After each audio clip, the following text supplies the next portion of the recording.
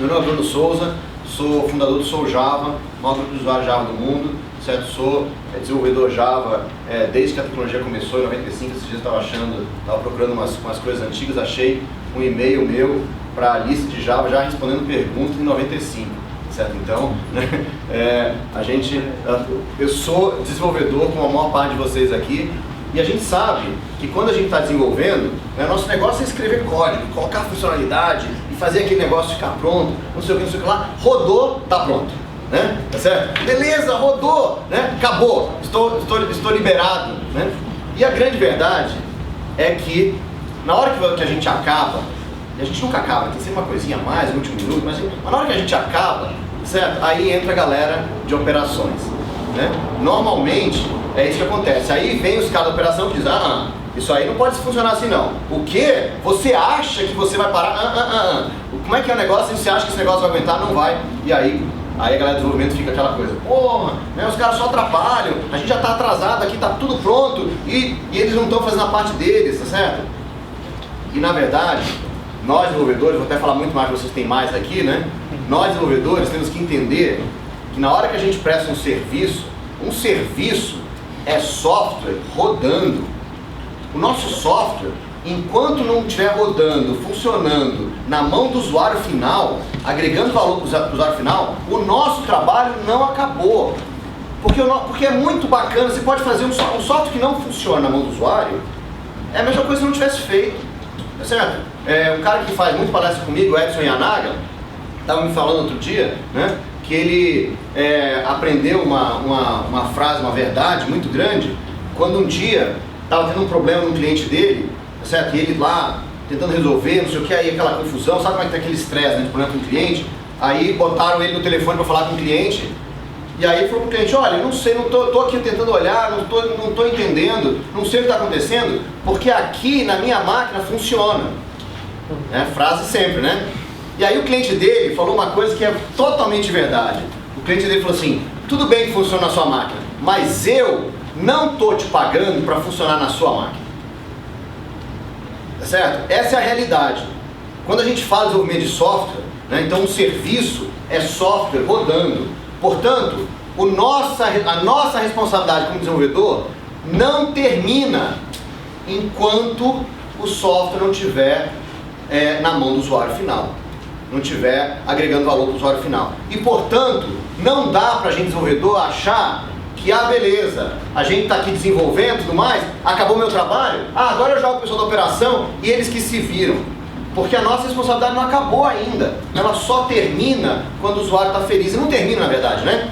Quando o usuário está feliz, porque o usuário nunca fica feliz mesmo, né? Quando o usuário está satisfeito, ele já está pedindo novas coisas, certo? Porque o software que a gente fez muda a forma do usuário pensar, ele já está pedindo novas coisas assim que a gente acabou. Na verdade, já está pedindo antes de terminar, né?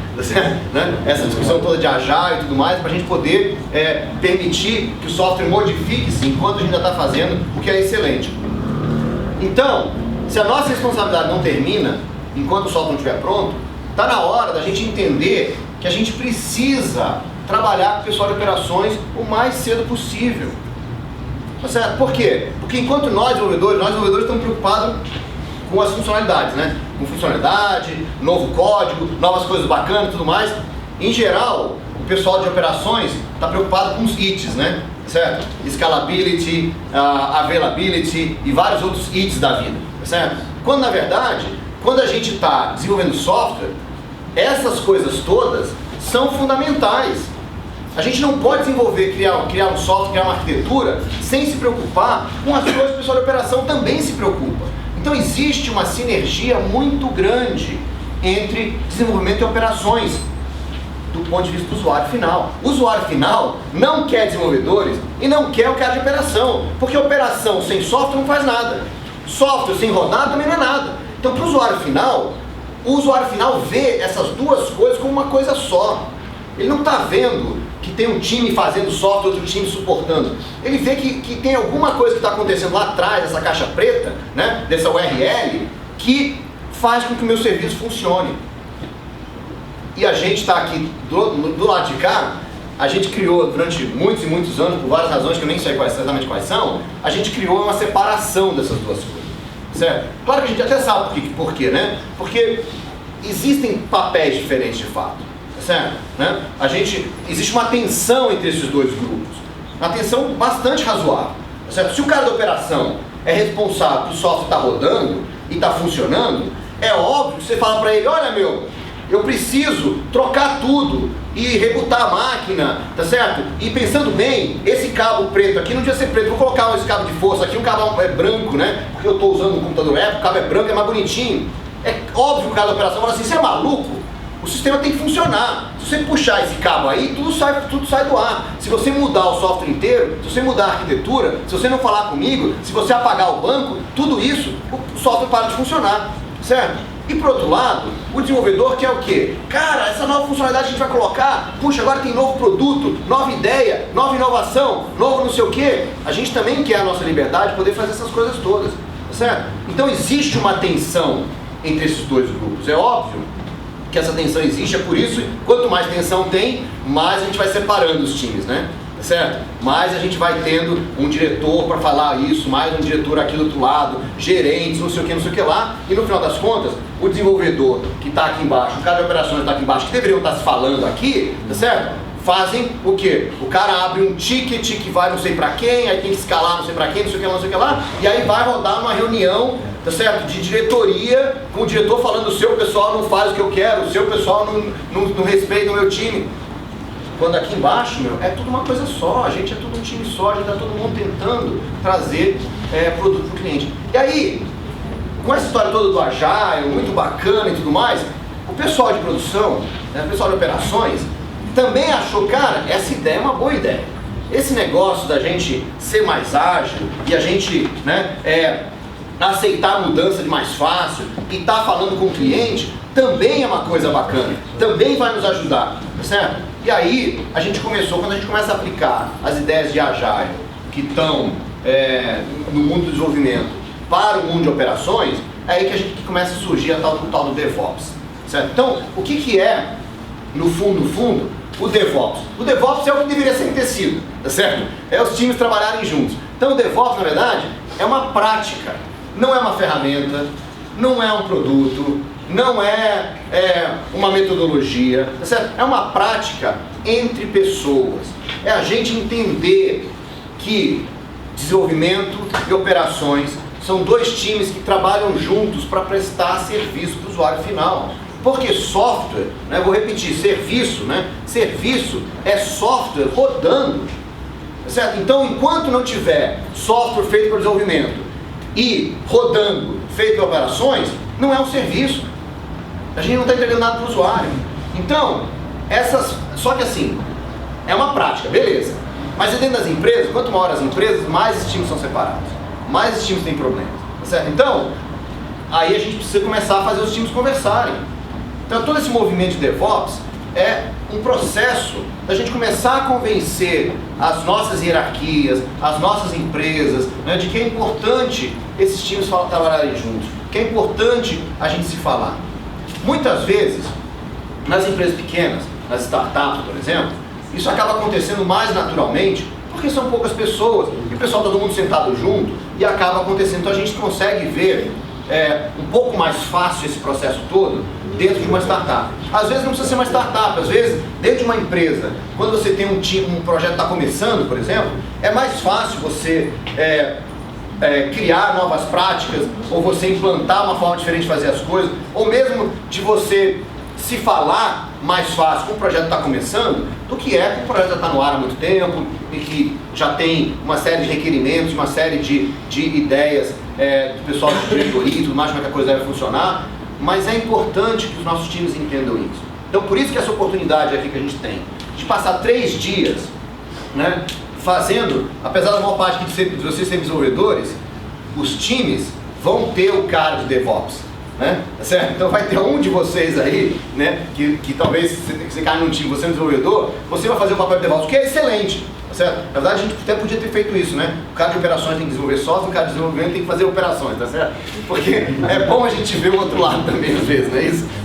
Mas, então alguns de vocês vão até experimentar isso lá, mas a gente vai passar 3 dias aqui fazendo uma experiência que talvez seja uma experiência mais próxima de uma startup, por exemplo, tá certo? 4, 5 pessoas, né, uma startup mais ou menos isso, às vezes 2, 3, né, mas 4, 5 pessoas que estão trabalhando juntos, querendo colocar um novo serviço no ar e vão ter que vencer essas barreiras. Certo? O cara de operações vai ter que ser mais ágil, vai ter que aceitar as coisas com mais facilidade, vai ter que ser menos chato em algumas coisas, tá certo? E o cara de desenvolvimento vai ter que ser menos arrogante, tá certo? Ele vai ter que entender que as coisas têm que ter o seu tempo para acontecer, que as coisas não são mágicas também e que tem que ter um pouco de estabilidade, mesmo num projeto de 3 dias, mesmo num projeto onde só a equipe de juízes que vai de fato assistir. Se na hora H a coisa não estiver funcionando, também não vai adiantar, certo? Então, nesses 3 dias, a gente vai experimentar um pouquinho do que é isso, de como é a gente trabalhar junto. E aí, procure nesse momento as oportunidades para você falar assim, puxa, na minha empresa é um pouco diferente, lá a gente faz as coisas diferentes, como é que a gente pode fazer um pouco melhor? Porque uma prática é uma coisa que você vai melhorando todo dia. Não é uma coisa que você chega lá um dia e o presidente da empresa fala assim, agora vamos fazer DevOps. Puf! Né? Agora temos DevOps. Não, é um processo, certo? Todo dia a gente vai ter que aprender uma coisa nova, uma nova ferramenta, uma nova forma de fazer, uma nova reunião, eliminar uma reunião que a gente tinha antes, tá certo? Só maneiras diferentes de fazer. Né? O cara ali falou assim, putz, né, na minha empresa, meu Deus do céu, tá certo? Reunião que não falta, é isso aí. Né? Então, oi? Uma nova reunião ninguém mais trabalha. É verdade, tá certo? Então ninguém quer adicionar, vamos eliminar umas 15 que a gente pode adicionar uma e tá beleza, não é isso? Tá certo? Né? Então, vamos assim, a gente mudar esse processo, porque às vezes, até essa questão de reunião, às vezes a gente tem muita reunião, porque assim, ninguém assume a responsabilidade de nada, né? Tá certo? Então, já que ninguém é responsável, a gente faz uma reunião com todo mundo, aí todo mundo tem que estar na reunião, tá certo? E aí, agora todo mundo é responsável, tá certo? Né? Sendo que metade das pessoas estão lá e não sabe exatamente por que estão lá, tá certo? Né? Tem uma metade que está no telefone também, que está, né? A gente sabe disso também, né? O cara está no telefone, tá certo? Aí tá lá com as crianças brincando, não, peraí, eu já vou na piscina um minutinho aí, né? Tá certo?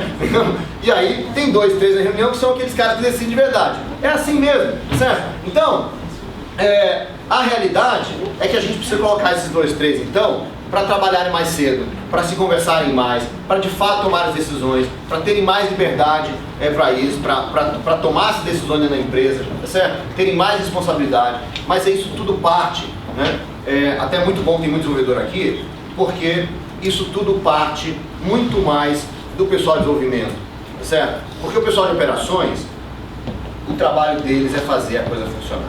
A gente tem sempre que lembrar isso, certo? A grande contribuição deles, que é fundamental, é fazer a coisa funcionar, certo? Então, eles têm naturalmente, tá certo? Eles têm uma resistência a mudar o que está funcionando. Lembra aquele nosso velho, nós como país de futebol, né? A Copa está aqui esse ano, tá certo? O nosso velho, bom e velho ditado, quem time está ganhando não se mexe, tá certo?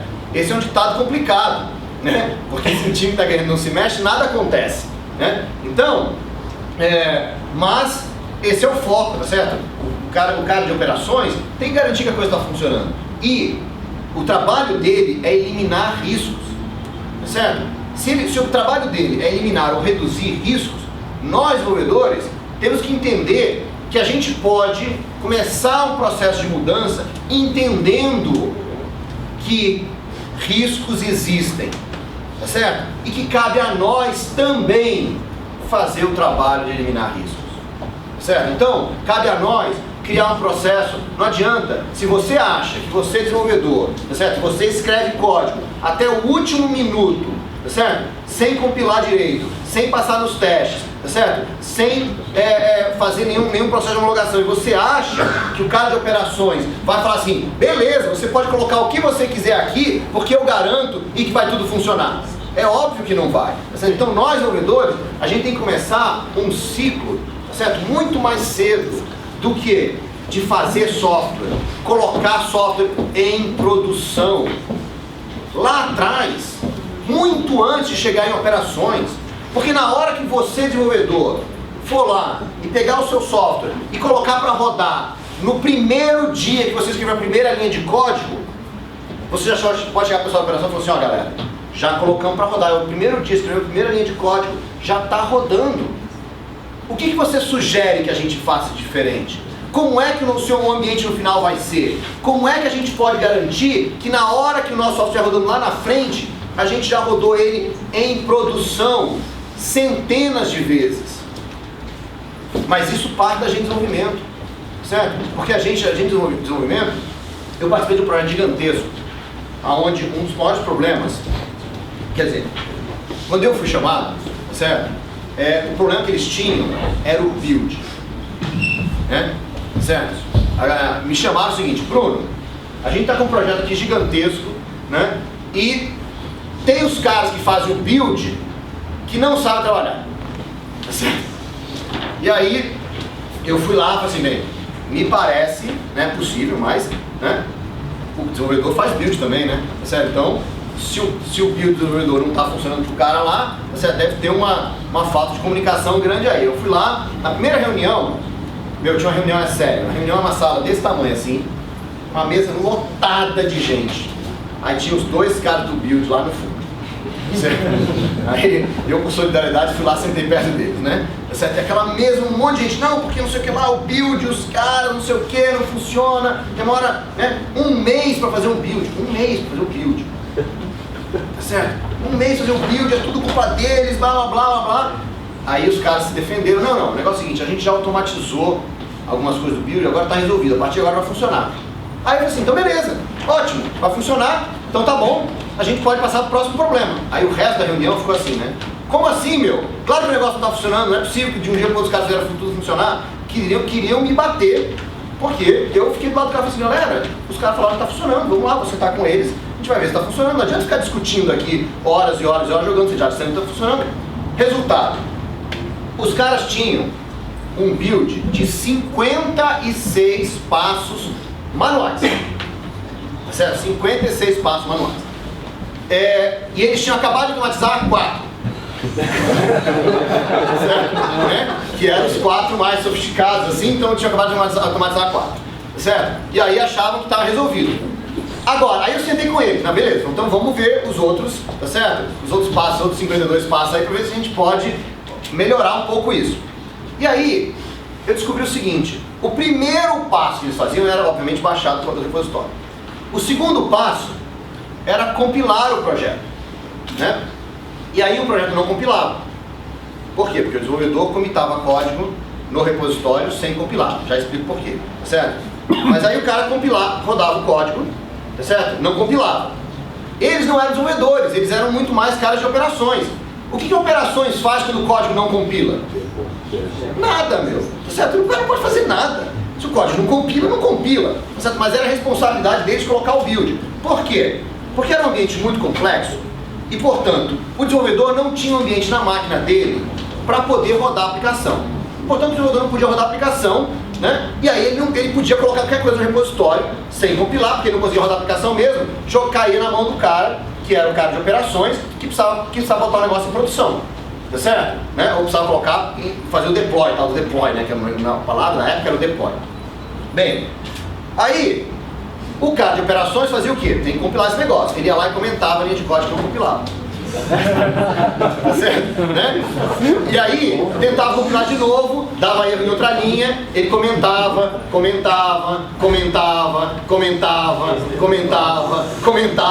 tá certo? E alguma hora, alguma coisa que já ninguém mais sabia o que é, já não sabia antes, né? Porque você não estava nem compilando documento de conversa, você já nem sabia o que era.